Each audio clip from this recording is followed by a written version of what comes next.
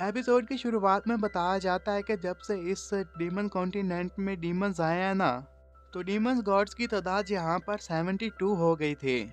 और इन्हीं डीमंस और गॉड्स में स्ट्रेंथ उनके लिए इम्पोर्टेंट चीज बन गई थी। तो अक्सर यहाँ पर स्ट्रेंथ की वजह से चीजें चेंज होती रहती थी और इनके सिर्फ 3 ही पिलर्स बाकी बचे हुए थे, जो कि 72 डीमन गॉड्स का सेंट्रल थे। और इन सभी में से जो सबसे स्ट्रॉन्ग था उसका नाम था रिजहू, जो कि डीमन क्लैन का एम्परर था। उसकी ब्लड लाइन यहाँ पर सबसे ज्यादा स्ट्रॉन्ग थी। और उसके बाद जो दूसरे नंबर पर आता था उसका नाम था मून पिलर, और ये उसके बाद सेकंड नंबर पर था और इसे लॉर्ड ऑफ द नाइट के नाम से भी कहते पुकारते थे। इसके पास ऐसी एबिलिटी थी जिसकी वजह से ये सिटीज को डिस्ट्रॉय कर सकता था। इन दोनों के कंपैरिजन में जो स्टार पिलर का हेड था, उसके लिए हमें को नहीं पता था कि कंपैटिबिलिटी कैसी है। लेकिन उसके बावजूद भी सारे डीमंस उससे डरते थे। उन्हें पता था कि ये स्ट्रॉन्ग हो सकते हैं, इनसे पंगा लेना हमारे लिए खतरनाक होगा, क्योंकि इसके पास स्टार्स के ऑर्बिट को कंट्रोल करने की एबिलिटी मौजूद थी। इनके पास एस्ट्रोलॉजी की भी पावर मौजूद थी। ये अपने रूल्स की मदद से हेवन और अर्थ के रूल्स को चेंज कर सकते थे। जो इनके पास एबिलिटी थी, ये पास्ट और फ्यूचर का पता लगा सकते थे। और आबाओ के साथ जो बंदा था वो ये कहना लग जाता है कि मुझे लगता है कि वो लोग अपना काम खत्म करने वाले हैं। तो आबाओ कहता है कि ठीक है, तो फिर हमें भी अपना काम जाकर खत्म करना चाहिए।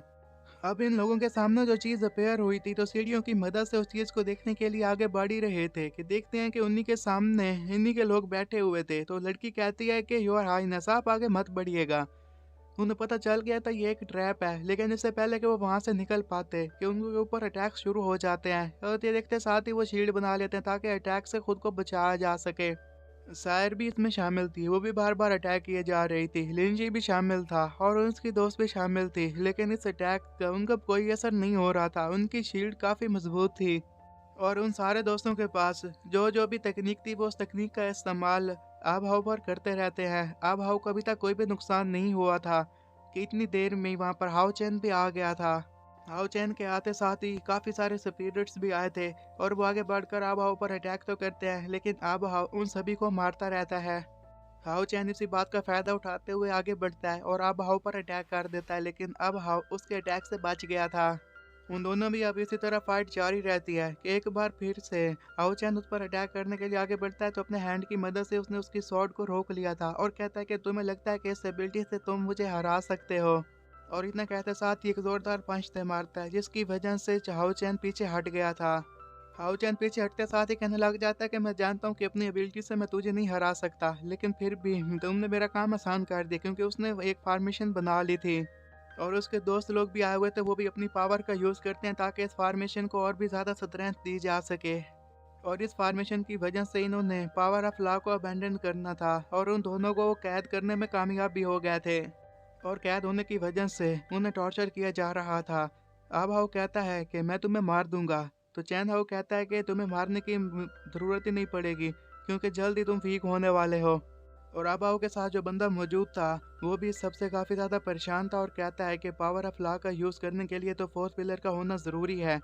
अब ये ना बताना कि यहाँ पर वो भी तुम्हारे साथ मौजूद है। कि तभी एक पोर्टल ओपन होता है, उसमें से एक लड़की बाहर आ जाती है और कहती है कि हाँ, मैं यहीं पर मौजूद हूँ। हाओ चैन उसे कहने लग जाता है कि मैंने तुम्हें कहा था ना कि तुम इस पोर्टल से बाहर मत आना। तो वो कहती है कि मैं भी ज्यादा देर तक रुक कर इंतजार नहीं कर सकती थी, मुझे तो बाहर आना ही था। और जिस पावर की वजह से उनको टॉर्चर किया जा रहा था, वो उस पावर को और ज़्यादा इनक्रीज कर देती है, जिसकी वजह से उनके टॉर्चर में भी और ज़्यादा इजाफा हो गया था। और उस लड़की को देखने के साथ ही आभाव कहने लग जाता है कि शुक्र है कि तुम यहाँ पर आ गई, हम तो तुम्हारा ही वेट कर रहे थे। और जिस फार्मेशन का इस्तेमाल उन लोगों ने उस पर किया था, उसी फार्मेशन को वो रिवर्स कर देता है। और इस तकनीक का इस्तेमाल करने की वजह से उसने पूरे के पूरे पैराडाइज ड्रीम को अपने कंट्रोल में कर लिया था। बाकी लोग तो ये देखने के साथ हैरान ही हो गए थे। आभाव के साथ मौजूद लड़का कहने लग जाता है कि हमने अपना आखिरी स्टेप कंप्लीट कर लिया है, हमने इस हेवनली ड्रीम के कॉन्टिनेंट को अपने कब्जे में काट लिया है। और वो ये कहने लग जाते हैं कि अब तुम्हें दिखाना होगा कि तुम्हारी औकात तुम्हारे सामने क्या है। हम तो बस ये सारा एक ड्रामा कर रहे थे, तुम्हें बताएंगे कि असली रूल ऑफ लॉ होता क्या है।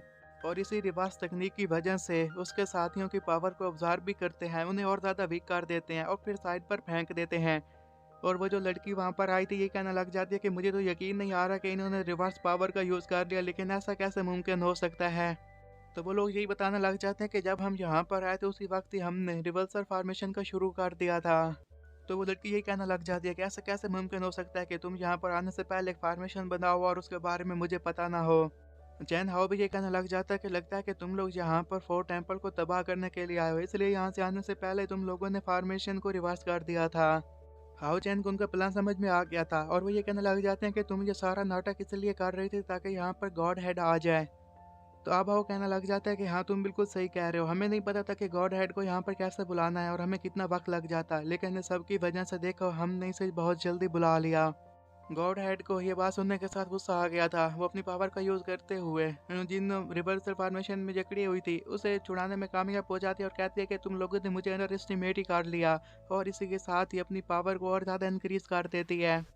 उसने अपनी स्ट्रेंथ को भी काफ़ी हद तक इंक्रीज कर लिया था और फॉर्मेशन बनाते हुए उन दोनों को ये कहने लग जाती है कि चाहे इसमें मेरी जान ही क्यों ना चली जाए, लेकिन फिर भी मैं तुम दोनों को मार के ही रहूंगी। उसने एक शील्ड भी बना ली थी, जब दोनों उसके ऊपर अटैक्स करते हैं तो शील्ड की वजह से गॉड हेड बचती रहती है कि थोड़ी ही देर में उसकी ये शील्ड टूट जाती है। वो लोग फिर उसे पकड़ने में कामयाब हो जाते हैं और वो ये कहने लग जाते हैं कि तुम लोगों ने मेरी शील्ड को कैसे तोड़ लिया। तो जिस पर आभाऊ का दोस्त कहने लग जाता है कि हमने इसका भी प्लान पहले से ही बना लिया था, तो और इसलिए तो हम तुम्हें यहाँ पर लेकर आए थे, सारी प्लानिंग करके आए थे ताकि यहाँ पर तुम्हें सेट किया जा सके और फिर पकड़ा जा सके। ये भी सारे हमारे प्लान का हिस्सा था। हाओ चैन को ये देखने के साथ काफ़ी गुस्सा आ जाता है और वो उन दोनों को यही कहने लग जाता है कि तुम दोनों उसे जाने दो। तो जिस पर आभाऊ का दोस्त कहने लग जाता है कि तुम्हें क्या लगा था कि हमने तुम्हारे लिए कोई प्लान नहीं बनाया होगा, हम तो तुम्हारे लिए यहाँ पर प्लान बना कर आए हैं, ये सारा ही हमारे प्लान का हिस्सा है। लेकिन हाँ, तुम्हारे लिए खुशखबरी की बात यही है कि तुम्हारे पास अभी भी चांस है, तुम इस सब को ख़त्म कर सकते हो। अब हाओ चैन हाओ को देखने के साथ कहने लग जाता है कि क्या ये वही वेरिएबल है जिसके बारे में तुमने मुझे बताया था। तो उसके दोस्त कहता है कि हाँ, और उसका दोस्त यही बताने लग जाता है कि जब मैंने इस सारे के बारे में प्लान बनाना शुरू किया था, तो मैंने जब इस ड्रीम की दुनिया में आना था ना, तो इसके बारे में सब कुछ प्लान करके देख लिया था, हर बंदे के लिए मैंने प्लान बनाकर देख लिया था, लेकिन इसमें एक ऐसा वेरिएबल मौजूद था जिसके रास्ते में जब भी हम आते थे ना तो वो हमें डिस्ट्रॉय कर देता था। तो इसके लिए मैंने उसके लिए भी अलग से प्लान बना के रखा था।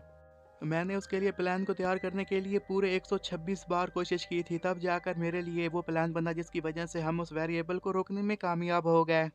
और वो उन लोगों को ये भी बताने लग जाता है कि अगर कोई ऑर्डिनरी ह्यूमंस होते तो वो बिल्कुल भी यहाँ पर ना आ सकते, लेकिन तुम लोग तो यहाँ पर आ गए, उसका मतलब है कि तुम लोग काफ़ी आगे बढ़ चुके हो, लेकिन इससे आगे अब तुम्हारा कोई भी रास्ता नहीं है, तुम्हें अब यहीं पर सब कुछ ख़त्म करना होगा। उन सभी लोगों को पकड़ लिया गया था, इस सब की वजह से उन सभी लोगों को काफ़ी ज़्यादा तकलीफ़ हो रही थी और वो ये कहने लग जाता है कि अब तुम्हारा काम ख़त्म। और एम हाउ ये देखने के साथ कहने लग गया था कि मुझे तो लगा था कि इसमें काफ़ी मज़ा आएगा, लेकिन ये लोग भी बाकियों की तरह वेस्ट ही निकले। अब हाउ का दोस्त कहने लग जाता है कि मैंने अपने आखिरी स्टेप को भी कंप्लीट कर लिया है, अब आप आगे बढ़िए और गॉड हेड को हासिल कर लीजिए। अब हाउ अपनी पावर का यूज़ करता है और उस लड़की के करीब पहुंच गया था और कहने लग जाता है कि मैं अपने डैड के ड्रीम को कंप्लीट कर लूँगा।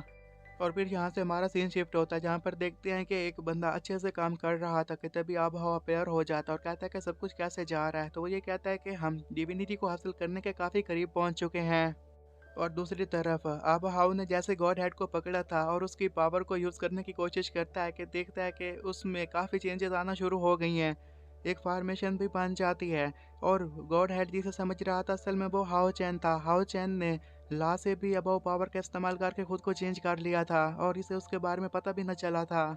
और उसने जो फॉर्मेशन बनाई थी इससे बच पाना तो अब हाउ के लिए भी मुश्किल काम था, उसके दोस्त के लिए भी मुश्किल काम था, क्योंकि वो अभी भी शौक बैठा हुआ था कि भला ये कैसे मुमकिन हो सकता है।